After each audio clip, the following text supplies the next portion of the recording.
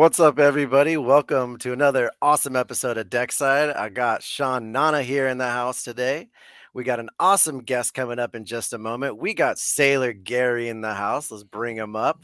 We're going to be really excited to talk with him about what it's been like to be an entrepreneur in real life, and then bring that entrepreneurial spirit into Web3 and really ingrain himself in the culture. So we got a ton of questions to ask you. But before we get to it, what's up, Sean? Welcome up. How you doing today?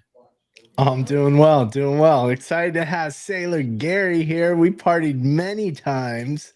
I know like all three of us have been at different events with each other. So excited to learn a little bit more about, you yourself, you as an entrepreneur, your businesses, and how you've integrated Web3 into them. But yeah, how are you, Gary? Hey, first and foremost, thank you guys for having me on. Excited to be here, doing fantastic. It's a beautiful sunny day here in Northern California, where I'm based out of. So excited to roll it up. Nice. Yeah. And do we call you Sailor Gary? Do you go by another name? I know, like, to my understanding, Sailor Gary is your ape, right? Sailor Gary is our Web3 ape, our spokesperson for our meme and philanthropic Web3 alcohol lines. Awesome. Oh, okay. Yeah, we got to dive into that. My real name is John. Most people know me by John if you're seeing my face, but in the Web3 community, I just called you Gary. Do you get people calling you Gary? All the time. I mean, especially in the Web3 space. I think every handle I have except for Telegram is Sailor Gary. We basically I guess we'll get into it, but we were launching our intention kind of before we identified the possibilities and overlaps for Web3 to be launching meme inspired alcohol products. Sailor Gary essentially, as Bored Ape came out and said, hey, all these holders of these NFTs have all the commercial and IP rights. It was just a no-brainer. I mean, I got Sailor Gary to be a meme spokesperson for our physical product line, and kind of in the spirit of what the founders kind of let loose on the world. It was from day one, we were building with Gary. He was going to have his face plastered across physical products. I love that. So, but before you got into the Web3 culture, where Sailor Gary was such a perfect fit, what were you doing? What's your background, if you don't mind us getting to that first? Yeah. So my background and my distillery partner, we have a distillery in Northern California. We produce some world-class spirits. It itself is a tech startup. My distillery partner and I met working at an applied physics research lab, where we helped develop some technology doing ethanol remediation under a handful of DoD contracts. So we basically bought the guts of our old research lab years ago and launched a distillery and craft brand to kind of showcase that quality tech. Then in the middle of that, decided that we wanted to make some meme brands and lines, and that kind of transitioned into the Web3 elements. Wait, so you went from like a science student to a scientist to an alcohol curator to a meme maker? Yes, essentially, yes. This the meme alcohol stuff, kind of came out of more like a side project for you guys. Like, you guys are probably working on some stuff you can't talk about, right? And this is just like, oh yeah, this is like our fun project. I mean, for us, my distillery partner and I are actually huge, very long-term blockchain enthusiasts. So we actually gave a presentation in 2012 to our board of scientists on specifically the Bitcoin white paper. Nice. So it was it was part of our daily job to spend about an hour in the morning just canvassing published papers in applied physics, applied chemistry, mathematics, cryptography, optics, and then physical acoustics, which is what most of the lab was centered around.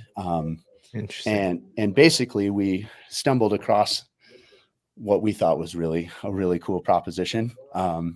And the rest of the scientists on our board didn't have as much enthusiasm for as we did, but we ended up launching or like starting a small mining farm in the end of 2013, kind of on the first round of ASICs, when we basically should have probably just bought the underlying assets, but instead we bought hardware futures and waited for China to take their turn mining with our hardware before they sent it over to us.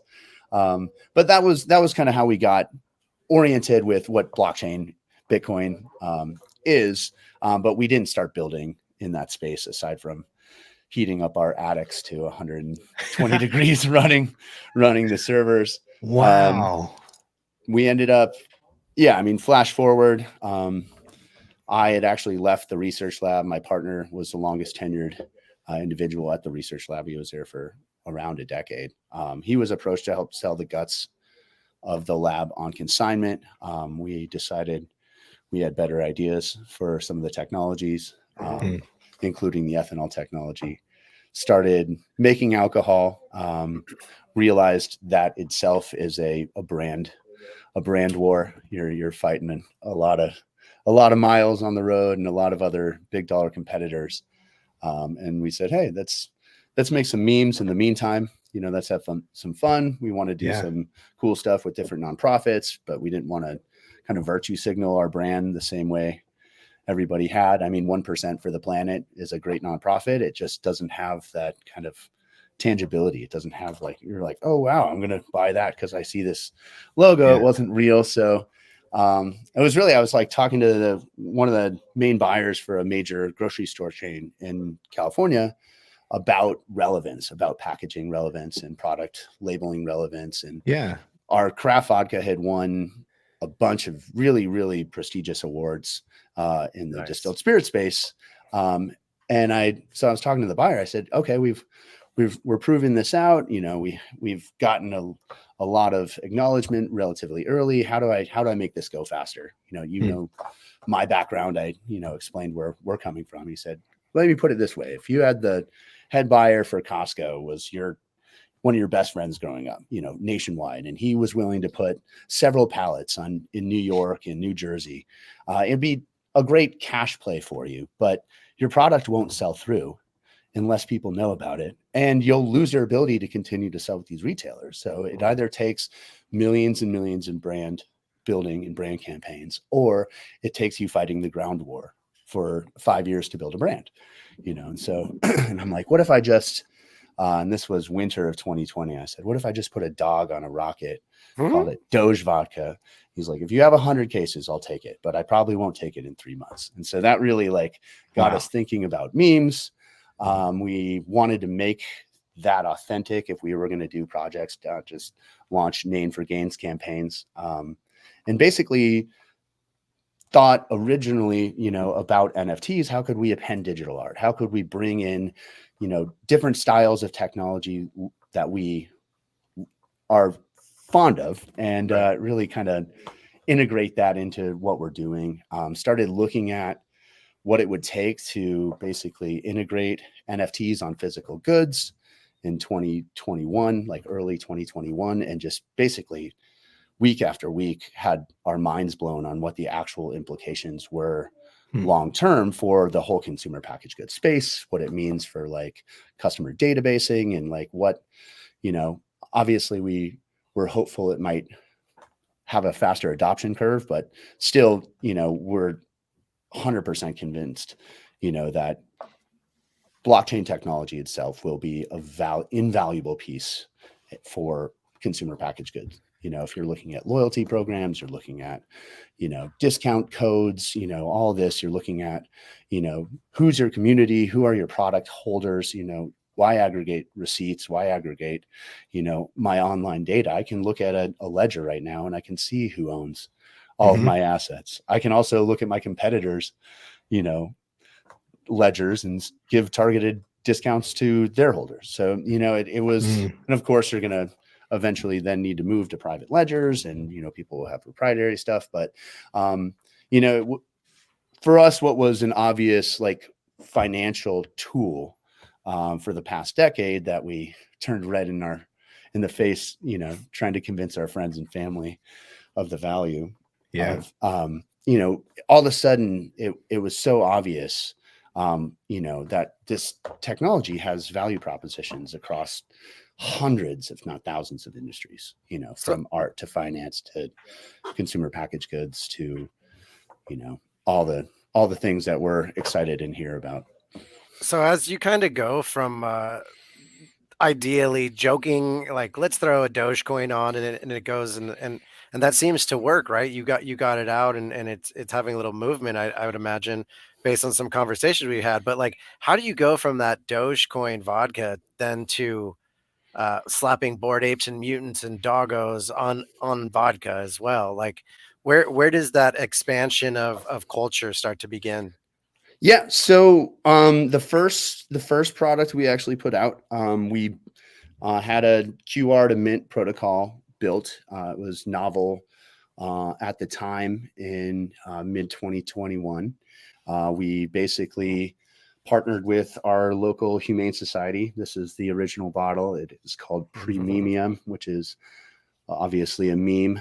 Got a little meme responsibly, but this is actually the first appearance where we put Sailor Gary on the physical products back in 2021 and commercially released these with our retail partners in California. Nice. So that it was cool. It has a Humane Society NFT that we hired a local artist to create under this peel to mint. Is what we call this protocol here. Oh, okay. Cool. So there's a unique QR code under here.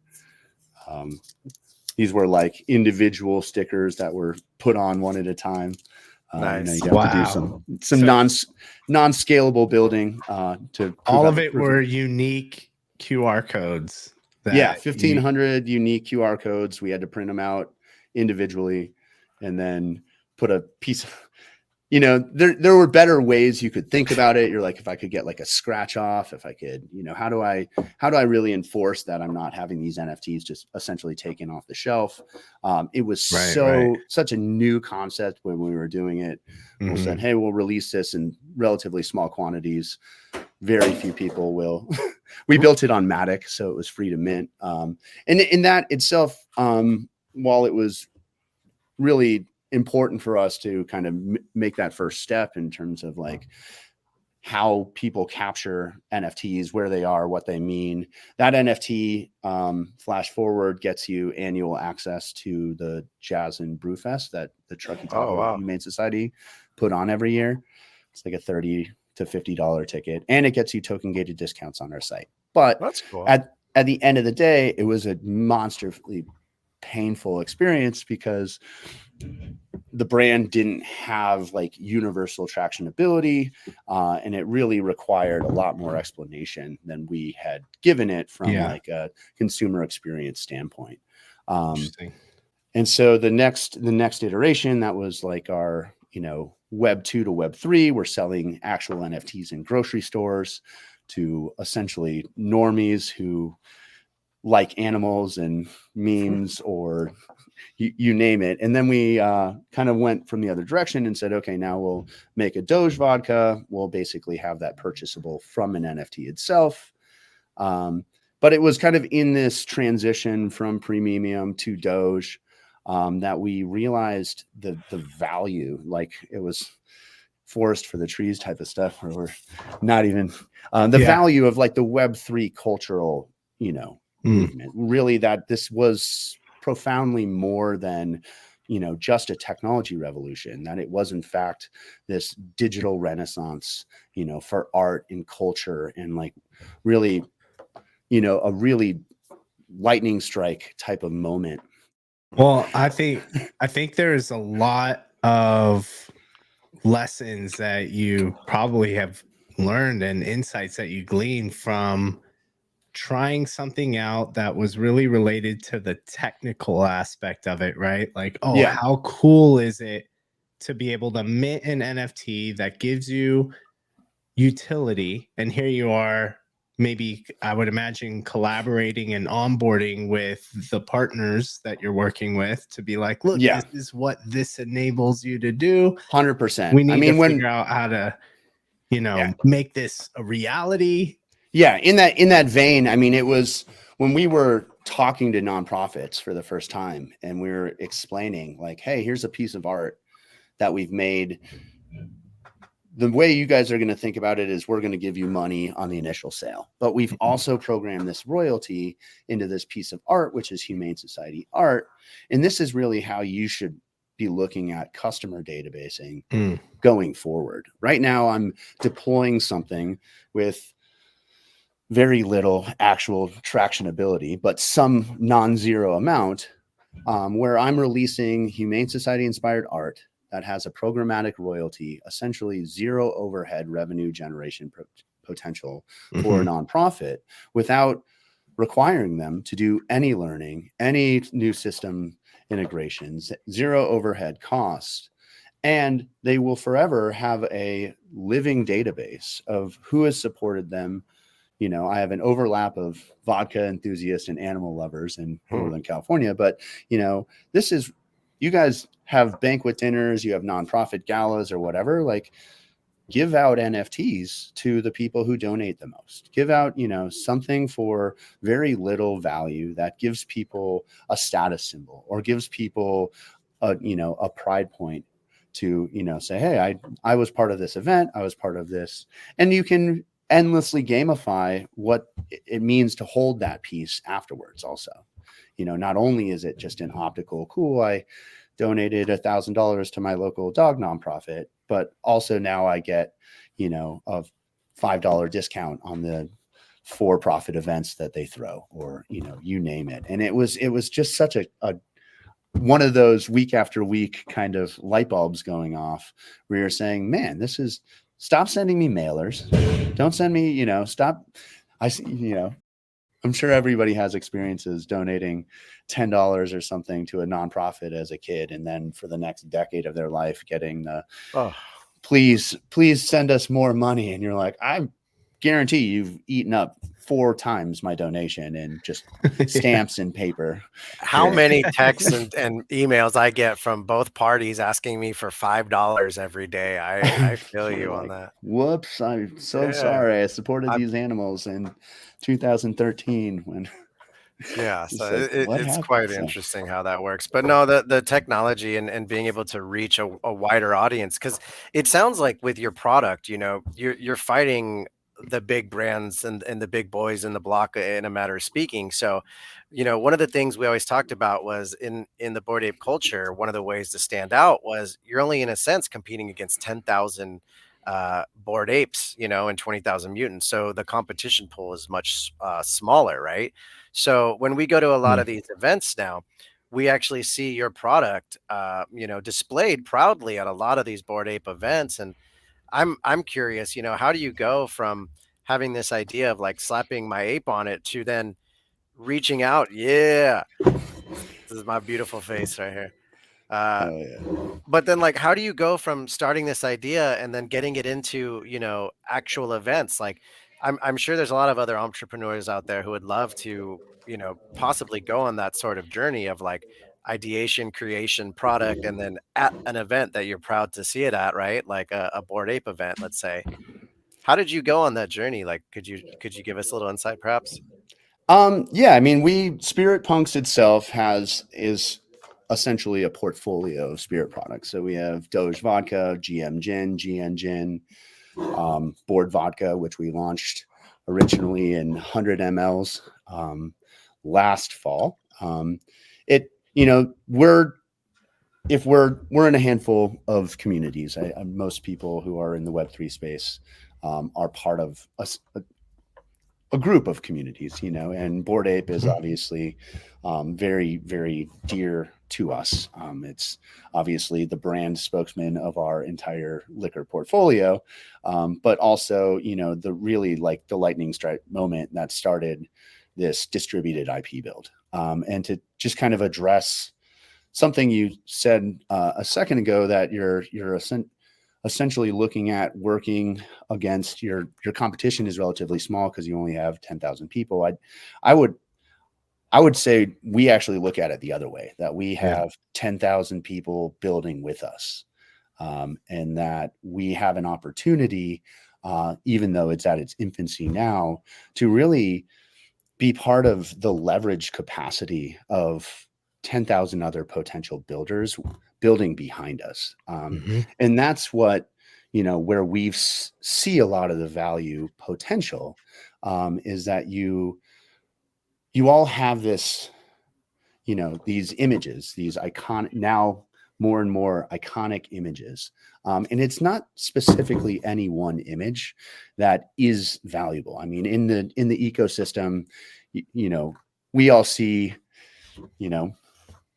Baron von Hustle here on a bottle, and we immediately identify who and what, what that is and means to us. But, to your normal everyday people in the world, most of them, especially those in the tech ecosystem, have seen somewhere, whether it's a Wall Street Journal or it's Rolling Stone or it's some news article on Medium, a Bored Ape. If they've heard of NFTs, they've probably seen a Bored Ape. And what that means is that we have a subconscious brand campaign that's happening right now while we sleep in every corner of the world.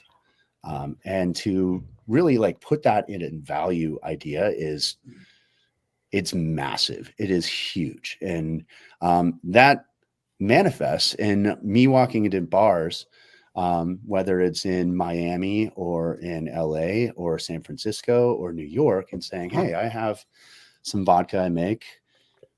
I can sell it to you in a very standard Web2 format. Here's the price points. Here's the quality. Here's the awards. And people will say, I think I've seen that. I think I've seen that vodka before. And for the most part, there's almost no chance, unless they're in Web3, that they will have seen it. But I've already tapped into something, which is essentially one of the most challenging points in any consumer packaged good or product sale, is your reason to buy it. How do I acquire users? What is the motivation that will tip the scale to get you to try? And a new product, whether it's shoes or a hat brand, you're support, or an alcohol brand. If you're looking at alcohol, I'm in one of the most entrenched brand loyal categories, period. And so to be able to get people to consider trying something new and not have to have done the work, that is my peers. This is my community building on my behalf. And even if you're not a vodka drinker or distilled spirits or alcohol drinker at all, chances are, if you're part of the Bored Ape Yacht Club ecosystem, you're rooting for every single builder out there. I'm positive I am. I'm positive I'm, supporting all the other distilled spirits producers in the ecosystem, because they're doing invaluable work right now that will reap snowball rewards a decade from now. I agree. I'm glad you brought that up, man, because that was something I caught on to. I was just like, man, that is one of the most coolest things about this, is that I don't feel like it's competitive within the club. I feel like the whole club is working on the same team as almost a decentralized brand. And what's really cool about it is that any idea that someone may have that wants to be able to tap into this IP, we can use these other examples like SpiritPunks. We can use these other examples to showcase to partners, to business development opportunities, 100%. and showcase here's what this brand and this IP has really gotten into in terms of the different verticals, how diverse it is, the worldwide engagement that it has, the online engagement, the community aspect. A lot of products You're giving me chills. a lot of products that dear to my heart. Started, entrepreneurs, they would kill for this stuff. No, and the fact that we could tap into that just by using the IP tastefully, hopefully, is it's one of the best benefits of having this IP that we share as a community. Yeah, I can't echo that sentiment more. It's so powerful. I mean, I have talked with, corporate buyers about Bored and bring up, like some of the other consumer packaged goods that exist. Yeah. Shout out to Harry Ford's research, the way he aggregates all the Ape projects. The IP map, the IP map is ecosystem map. incredible. And like when I show that to somebody who's sitting at Safeway corporate in California or Rayleigh's in Bel Air, and it itself clicks, before I can just say, oh yeah, I'm part of this project. A lot of people just simply like the monkeys anyways, whether or the apes, whether they're familiar with Bored Ape or not. But when you're saying here's an ecosystem that's just started, it's in its infancy today still, but you have hundreds of products and dedicated building teams out here who are moving this ecosystem IP faster than any other IP has been built without hundreds of millions of dollars in marketing. Yeah. They're like, how do I get that product? Also, can you connect me with the, you're when like, you look at Dr. Bombay, right, who is a great example that as community builders with this IP, like we could use that as an example. Yeah. You know what I mean? In terms of adoption, in terms of examples. And I think that's really fascinating. I'm really curious about you. You started off with the memeability of, like, hey, you know what? Let's have fun with our vodka. You're tapping into internet culture with, what did you guys call the Doge vodka? Doge vodka. Yeah, we have Doge Vodka. Beautiful, by the way. Nice with label. The collar, with the we have two of them. We have a Founders Edition, which is a velvet label and only available through our NFT, and then we have a Party Edition, which is a not velvet label, but I broad want to crack open immediately. Broad market product. We have them in select Total Wines. We just got that approved for 14 states. Nice. For select Total Wines. Which just means it's like these products move in different paths than like traditional builds. I'm sitting here essentially having launched a distillery 5 years ago to showcase ethanol research tech. And I have access to an audience as big as I can capture, essentially. Yeah, and I have my normal flagship product in around 1,200 accounts, mostly California based. But all of a sudden, you tap into new value for people. People say, hey, I see Doge vodka for $36 or something on a shelf in a Total Wine. I'm going to pick this up. By the way, it comes in this beautiful magnetic closing box. Oh, that's cool. So yeah, that's super sick. Couple inserts. Wow. It's a part. I would definitely get that just based off not knowing you or anything, just knowing some of my friends who are degens. I'd probably get one of those as a gift. You'd see it on the shelf and be like, oh, that's dope, so and so needs that or something. Yeah, the next time we go exactly. My buddy Dave lost a shit ton in Dogecoin. Yeah, exactly. I'm gonna remind him. I'm gonna remind him that he bought Dogecoin at 40 cents. Right, exactly. Are these products like you said they're in some locations? Are they direct to consumer as well? Like, can people order those online, or if they can't find them at their local shop? Yeah. So depending on the product, you have to buy the NFT to get the Founders Edition with the velvet label.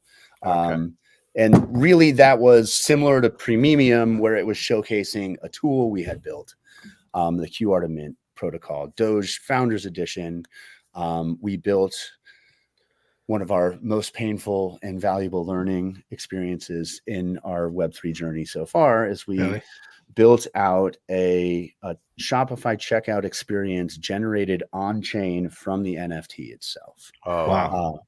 The user experience on that is admittedly garbage, but it was nonetheless a very cool box to check. Our wanting to be forwardly genuine, we also decided to produce all the products ahead of time so it would be all launchable on day one.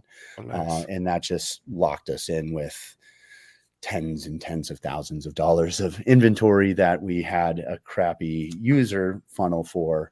And as a result, really kind of spawned our moves towards broad market, which is where we've ultimately seen a lot of huge value. You're saying, oh, who's going to want a Bored Ape themed vodka? Like basically everyone. I mean, like the reality is that we were thinking about our main audience as Web3, and I think a lot of builders have, but I think that this is it's the essence of this change in art, this change in culture, this change from, the old guard to the new. And I think a lot of people, our age, younger than us and older than us, are really ready for it. It's, my wife will buy wine for the label, every once in a while. Like that doesn't exist in distilled spirits yet, but it will. And we've, had enough opportunity to be around. We have the established vertical. So, it was something we could entertain where, a lot of people, if they were banking their entire business model on this, would have had no choice but to quit at a couple of the rounds where this is just what we do anyways. So I guess well, that's pretty interesting. I'd like to unpack that a little bit because, it seems that you have multiple products. It's not just like Web3 brand focused, right? And should someone have a single product line or something like that, I do feel that marketing specifically toward Web3 puts you at this kind of cap or this limit. There's only so many people. Your total addressable market. The technicality or the technical ability to follow along, to keep up with all of this stuff. Jump through this hoop, get on this whitelist. And there's going to be some people that really go toward that, and that there's some beauty in that, knowing that absolutely you can go fewer and deeper, right? Way deeper. But at the same time, like, how important is it for you to, know, like, okay, how do we know if there's a right product market fit for Web3? Yeah. And then what's the scalability to move outside of that, yet still incorporating as much as you could from Web3? How many people buy vodka online? Very, very few. If you're buying vodka, if you're watching this show and you drink vodka, like you're buying it at a grocery store. If you're in a state that has stayed on any vodka that I purchased online. I can't think of any vodka I've purchased online. Okay. I make it. It's just, and so you want to be realistic with, not only what you want to see in the world, but what other people are happy or willing to see and like accept as easy, convenient, replaceable for their alternatives. I know like these have tractionability, because everyone we show, whether they're an old lady or they're a 21-year-old, they're excited about, hey, where do I get those? Can I collect them?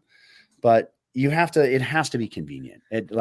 I have to get it to where you are if I want the addressable market of you. Like so you're really kind of, there's a lot of iteration that I've seen in Web3, to try to find what the actual market was. And everybody said, hey, let's target our own community with the things that we all like love and fetishize in a sense, these Web3 tools. How do I if I make the next tool, which is great for like immediate traction too, right? So there's certainly pros to kind of get a buzz going, no pun intended, but like get some content going, get people talking about it, get initial reviews. Like there's a beautiful thing being able to tap into that. Have you noticed by going and trying to meet the customers like where they're at, looking at distribution, have you noticed challenges being associated with Web3 at all?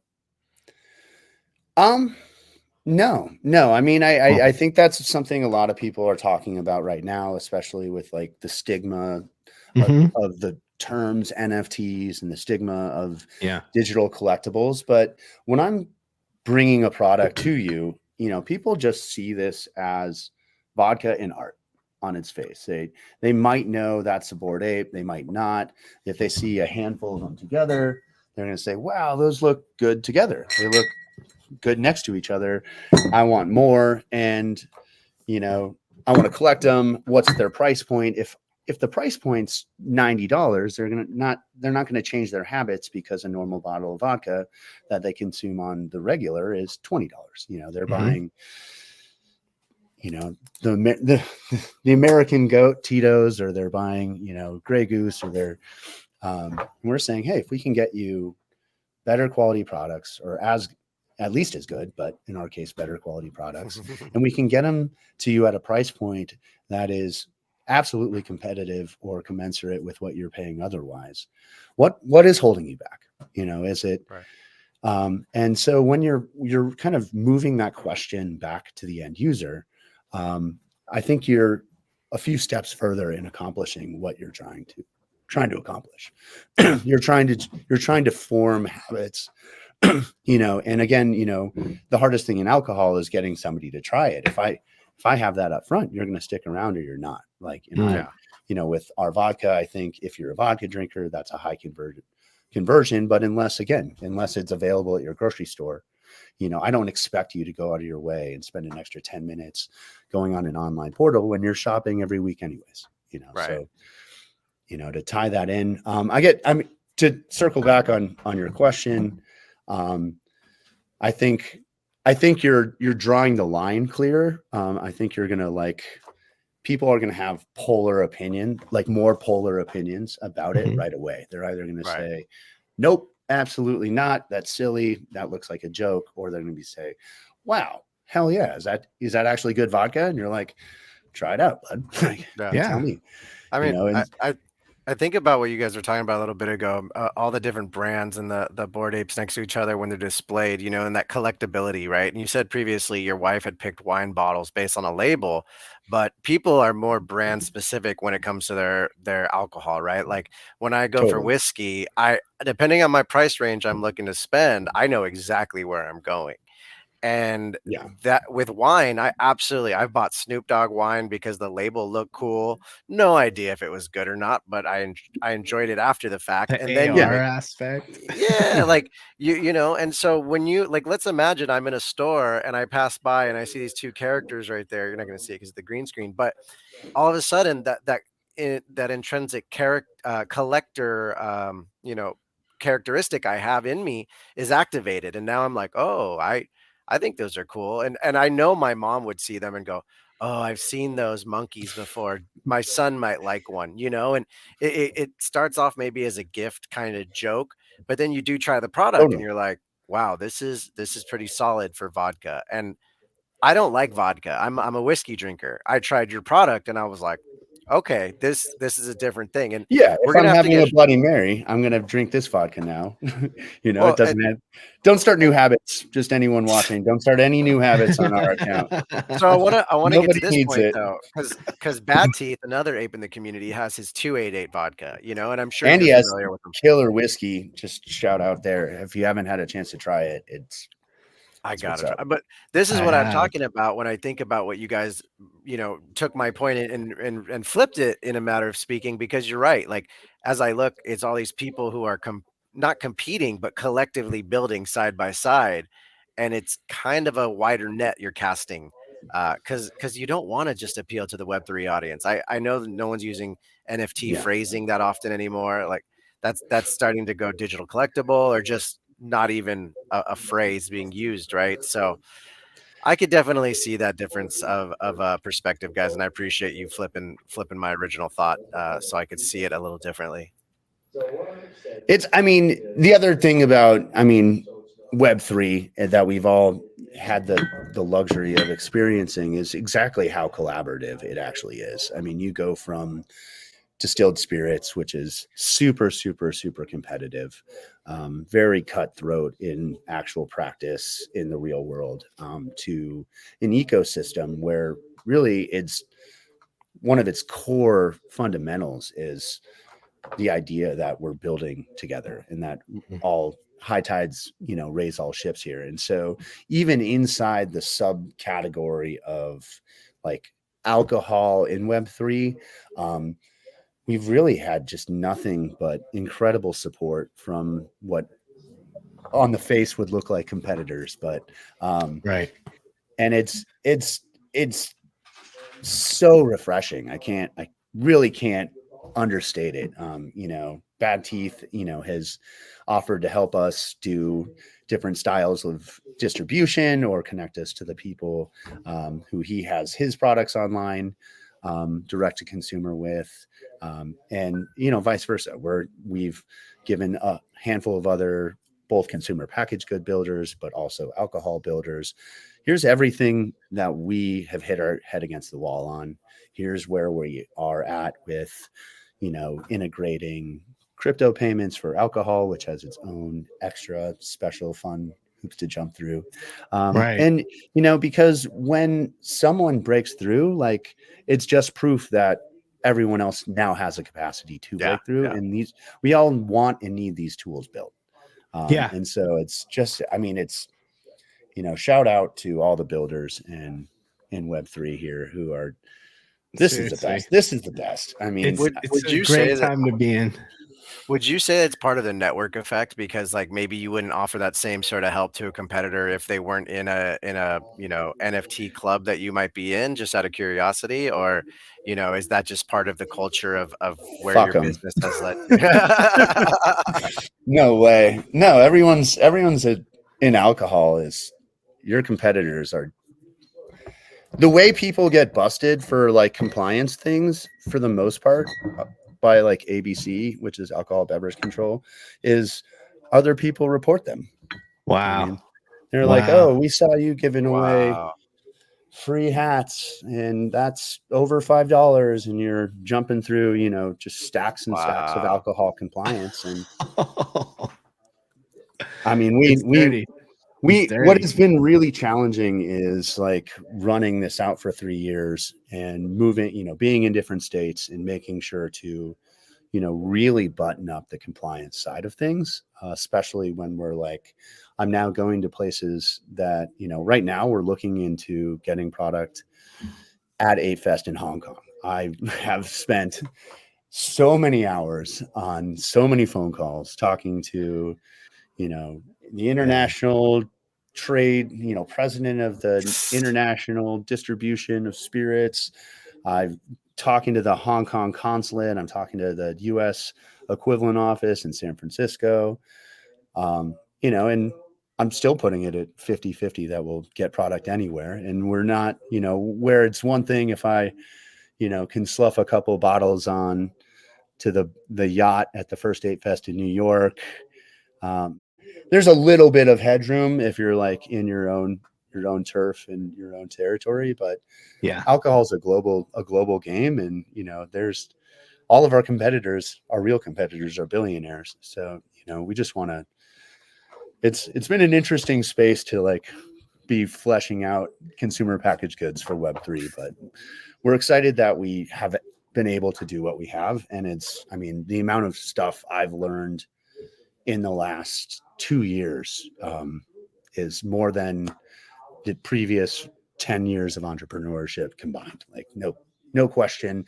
And at the same time, the friends I've made along the way in the network, that I now am privileged to be a part of is 10 times deeper also. So it's just really, it's a very cool time. I know we're all in bear markets and there are plenty of pain points to go around, but I think if we just, tighten the straps here a little bit and buckle up for it's inevitable. It's inevitable. You talked about compliance. I mean, even the space, right? It's all going through those hardships, learning the regulation, compliance, all that stuff is really shaping up. But so much of this space is filled with proof of concepts. Yeah. And the novelty of like protocols being built, that for the first time this is happening. There's a lot of opportunities, but also room for experimentation, Yeah. which could be really fun. We need a lot. I mean, we need a lot of it. A lot of people, especially coming from the DeFi space, are very anti-regulation and government oversight, especially if you want this to trickle all the way down to like standard commerce. Like you really need somebody to give clear guidance on how this is built, and what that takes are these loops of iteration where you get people experimenting, you get people trying different things, and then you need people to say, yes, that's okay to do it that way, or it isn't. And it's kind of those series of sequenced green lights that really allow enterprise dollars to come into the space. Right now, you can't get extra trillions into crypto ecosystems because there's no easy structure to do it. And everybody who has every major enterprise, Fortune 500 company says, I'm not going to be the one who's the example case on the front end of this. It's for sure. Putting their neck out, putting their neck out. Right. Well, considering experimentation, you're clearly, really bullish on kind of consumer packaged goods. Have you thought about kind of venturing off into other types of products besides vodka or spirit? Oh, yeah. I mean, absolutely. We're obviously, vested into the spirits build side of things. But at the end of the day, if you don't drink spirits, it's really, I'm not trying to convert you to start habits. We think this value proposition is, more as valuable, if not more valuable, for other consumer packaged goods. Industries that have a more ease of direct to consumer logistics than alcohol does are obviously primed for different benefits of what blockchain allows for. But yeah, I mean, we're technology maxis in the world of it. It's easy for us to kind of focus on consumer packaged goods because that's our day to day anyways in the meantime. But no, I mean, we want to see these tools built out, whether we're part of building them or not. They're the value propositions for finance, the value propositions for fractionalized ownership, for real estate, for contracts, for hedge funds, for just really basically, at the end of the day, blockchain technology is systematically eliminating middlemen from transacting parties and doing it so trustlessly without fraudulent transactions being a viability. And you're like, if I'm eliminating middlemen from transactions, I'm just distributing the value proposition to both sides of this transaction. I need good infrastructure to make sure that distribution is clear and clean and obvious, transparent. And then I just need people to demand it. Right now the DMV, could issue soul-bound NFT tokens that are driver's licenses. And, our kids, when they turn 21, can go verify they are in fact 21 without also giving the creepy bouncer their home address. It's an obvious, it's something that's possible today. It's something that would basically cost very little beyond the government agency implementing it, the bureaucracy tax. So it would be $100 bajillion. Yeah, right. But it's something that basically anybody proxied, anybody asked in our society would say, yeah, there's not a value downside. There's all value upside. Let's go ahead and have that online. And there's hundreds or thousands of use case examples where blockchain is, the obvious tool that creates that value proposition. It's going to take a while for people to understand the value proposition. I think it's good that we're moving away from the technological underpinning terms, and mandating everybody know what, a Web3 wallet is. I think it was necessary. And so, there's this kind of echo chamber to say, okay, yeah, get involved in this, stay up on this news, get inside these discords, and they're token gated or what have you. But at the end of the day, like, a merchant doesn't need to know what the hell is going on in a Visa back end of a Visa transaction to say, no question, put the credit card machine in my shop when I'm opening day one.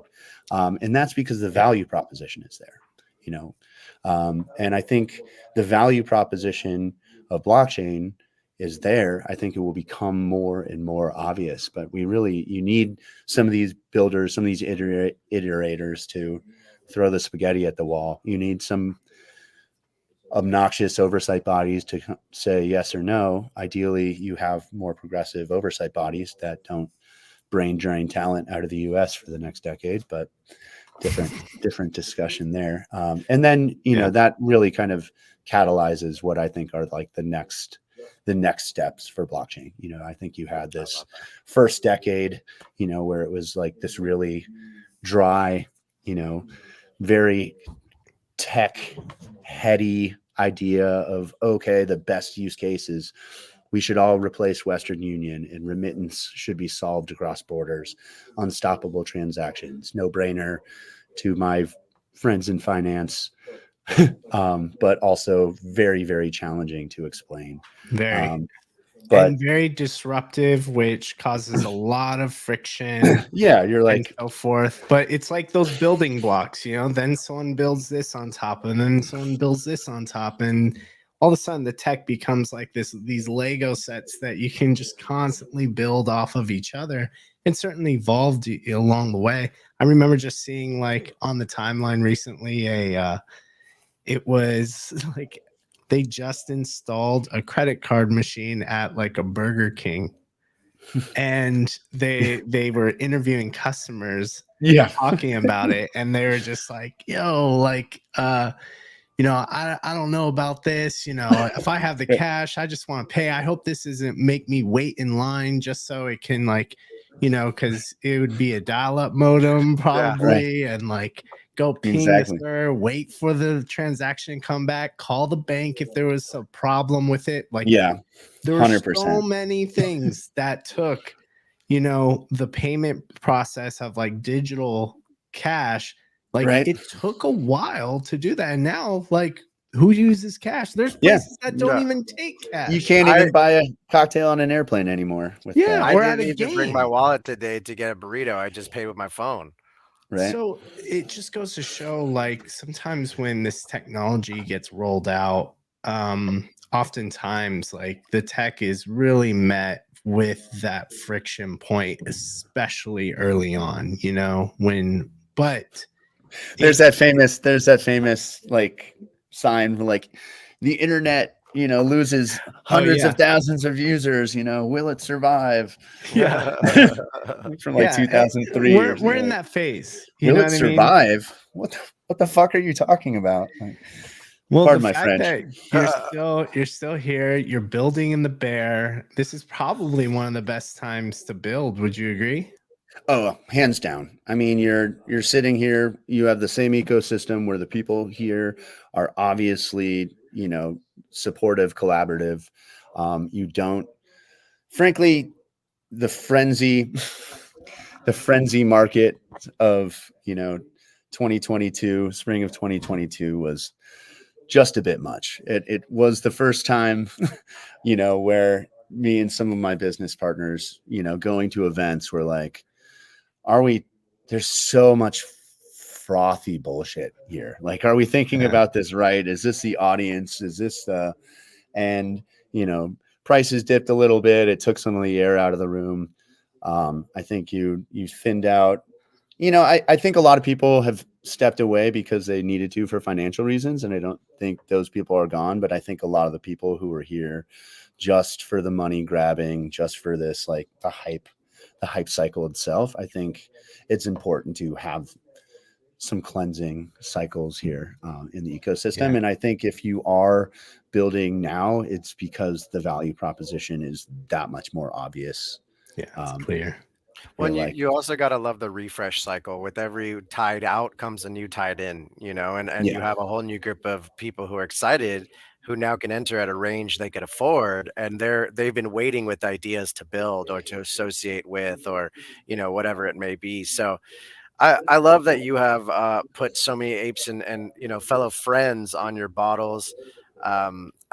I really am kind of blown away by it when I go to events, and most recently went to the Miami event, and I saw my Bored Ape on a vodka bottle right there at like the bar right when you right walk at the in, bar.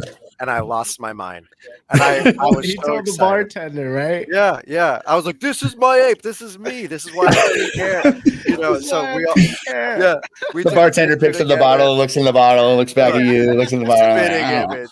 Where's I your had facial joint? reconstruction surgery, so no, but it's one of those moments where, like, until you feel that excitement, you can't really like, I can't tell you how filled with joy I was in that moment, and it's not a monetary thing. It's just like a wow, I'm seeing the IP and the story of my character evolve and end up in different cool places. So I'm just appreciative of getting to be on this, journey and getting to be on your bottle.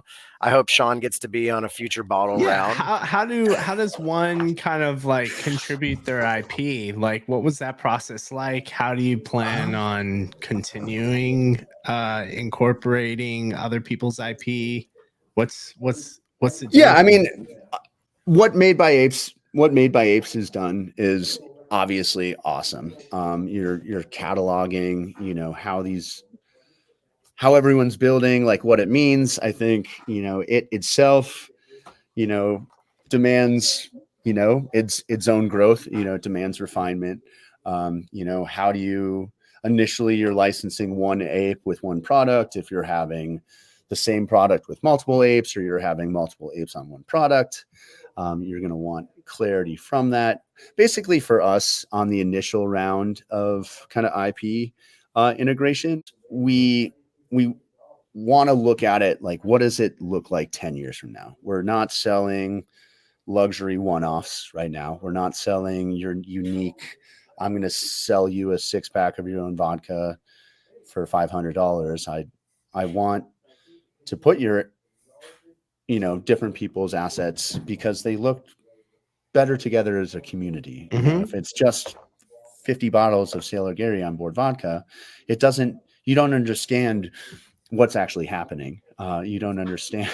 And, but at the same time, our other business on the distillery side is selling vodka. What is in the traditional competitive market set? What is the value add of a Bored Ape on a vodka? And then, on the next layer, what's the value add of my Bored Ape versus your Bored Ape versus, and I think there is, Coda. there's more, yeah, or codas, or there's obviously, some apes in the ecosystem that are massively more recognizable in the ecosystem. But I don't think that holds true of the broad market. Yeah. And so we really want to build this like in the ethos of how it, what the community is doing, how it's being built.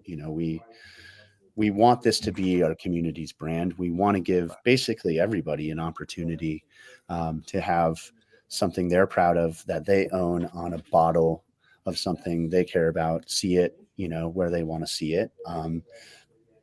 How other people have gone about, the value prop of IP, I think, it lined up with where the market was. It lined up with the momentum of the bull cycle, but I feel kind of jumped the gun a little bit on how quickly the Yuga IP ecosystem value proposition will manifest. So, as I mentioned earlier, we see this as being just unstoppably valuable 10 years from now. I think it will be several hundred times more valuable 5 years from now than it is today, because that, both like the recognition or recognizability of the apes in the world will be, that much more. We're not fucking leaving. Yeah. Yeah. We're not going anywhere. And, I think it's also kind of on a side a little bit, but, I've had just some super fun discussions with bar owners or bartenders, just about Web3 purely coming from the art side.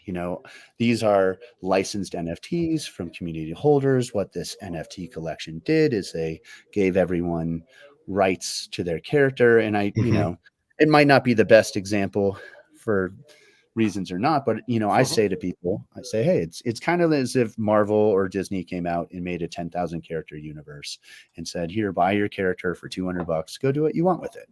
Is every character going to be valuable? Maybe not right away, maybe not at all ever, but it will always be part of this community, part of this ecosystem, and that itself will hold value or it won't. So when I'm looking at the viability of most of these made by Ape products, I'm really saying, is Bored Ape Yacht Club going to be a global phenomenon that continues to build and continues, or is it going to be a cult fad and kind of die out in its own circular inclusivity? And the answer is, I think absolutely not. Right now, you're in this long bear cycle, but I'm equally as excited for the next people who are going to buy a Bored Ape and start building today or next month or a year from now, because you're saying, why am I buying NFTs a year ago? Because I'm hoping the NFT is going to go up in value. Like, why, and that's just your average bull market. Buy this one. This art's even better. Community roadmap. And you're like, here is something, that you're now talking about branding. You're talking about IP. You're talking about like legacy industries of very core focused professionals who have been doing this for decades and decades. These aren't the first characters to exist. Character builds and developments have, been happening for hundreds of years. Look at Disney, look at Marvel, generationally standing, infrastructure, ecosystems. This is, and you're going to say, hey, if I'm launching a barbershop, if I'm launching a coffee brand, if I'm launching a dry cleaner, if I'm launching, and I can buy an asset, maybe $5,000, $10,000, I can buy a kennel club, I can buy a coda, I can buy a mutant, I can buy an ape, I could buy a heavy metal, and I can basically tap into a global iconic resonance of brand awareness. What is the value of that? I think the last thing I like to talk about from a real value correlator is floor prices. But I think you're going to move from like an esoteric idea of what drives floor price, how many big wallets are holding this, what's the total amount of dumpable assets on the market at any given time, what are the other, which exchange just collapsed recently, is somebody launching another meme coin, to the minimum viable value being something more concrete, really, really specific. Like, what is the minimum viable recognition in a marketing play for authenticity? Like, here it is. I have the Marvel stamp of approval. If I had a Marvel vodka, I know that sounds very, very stupid, and it would be, but it would sell out though. That would sell out, and it would have an undeniable amount of market share. That is just simply static. Like, it is simply what it is, because the Marvel ecosystem slapped onto a product in exclusivity is what it is. Yeah, you see that a lot in the gaming industry too, where it's just constantly reusing IP that works. You know what I mean? So and suppose it's really difficult to launch a brand new IP. Yeah. And a lot of the times, like, it can fail. And some of this works true. And this does not work. There you go.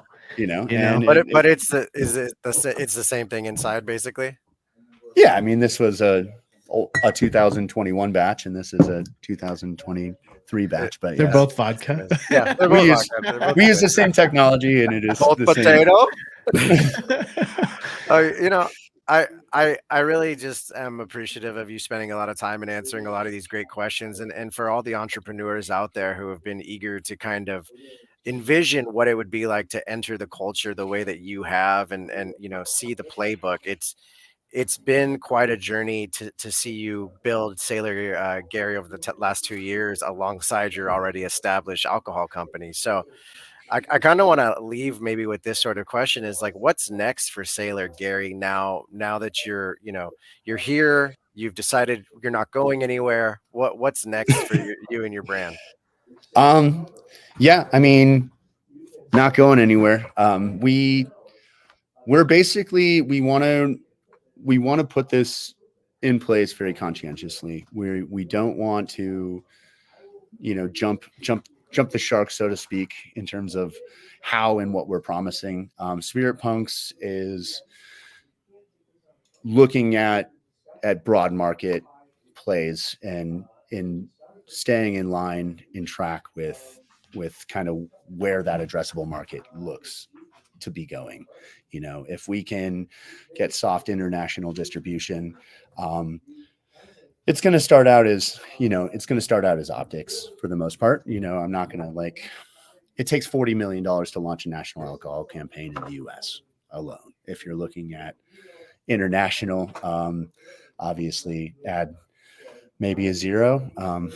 And so, if we can sit and, stay authentic to the community, we can be at, a couple dozen Web3 events a year, which is, we've done about 200 Web3 events so far. Wow. Then we can continue to build out, the global recognition of what Web3 is. Web3 should be an art movement to the people interested in art. It should be a commerce movement to the people in consumer packaged goods. It should be a financial revolution to the people in finance, and to kind of spread your passions out. What are you building? There's a Web3 application or an art application that's boosted by Web3 that will help your community and your viewers or your audience, really find that value prop.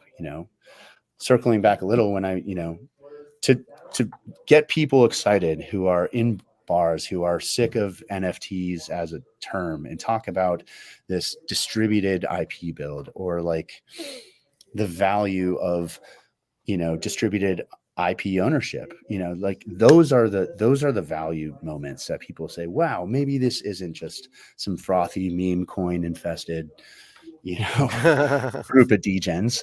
Yes, there are some degens in this ecosystem. Keeping our finger on the pulse here, but Yeah, dude. I certainly want to know how does one get their IP involved with your project? I actually believe I have you lined up for a project that's been on a back burner since before vodka, before Bored Vodka, not before vodka in general. So I'm pretty sure I have a licensing agreement from you already on a product we were planning to release Q1 of this year, which is getting pushed back. But basically, we're trying to clarify what that process looks like, because we have probably weekly inquiry at this point on what the next steps are, and we obviously don't want to burn our resources doing kind of one-offs one at a time. The label, just a label design to printing to production isn't the actual revenue model we're looking for, but we want to be able to provide that feeling for the community, to kind of evoke the sentiment you had, Baron, at the event, where you're saying, cool, I'm at these events IRL events have alcohol. There's SpiritPunk products at events all over the country. If I see someone I know or see my own ape, I'm like, yo, get me some vodka from that bottle right there. I get sent pictures all the time of my ape on the bottle at various events. I love that. Yeah, and exactly. And you're like, oh, that's my friend, and you take that. So thank you for answering that, because I'm sure Sean and many others out there are curious. And as you say, people are inquiring often. especially with so many people within our community have heavy metals now. You know what I mean? Like you mentioned, there are so many different projects in the expanding Yugaverse and ecosystem where people have ownership of their IP. Yeah. You know, Yeah. and I think Bored Apes have really helped kind of be pioneers in that. Whereas Absolutely. there's other people who are a part of this community that have yet to kind of build IP, whether it be, you know, in the Web2 space, in the IRL, but also now that they have like this value, they may not know how to express it, you know, and then what to look out for when it comes to licensing and things. So, Well, I think since we're on the move, I think this is a perfect time to go ahead and say thank you. You know, for taking the time to spend with us and share so many thoughts with us today. We appreciate you, man, and thank you so much for coming. all right, everyone. All right, guys. Until next time. Appreciate you guys. Bye. Larry John, thank you. Bye.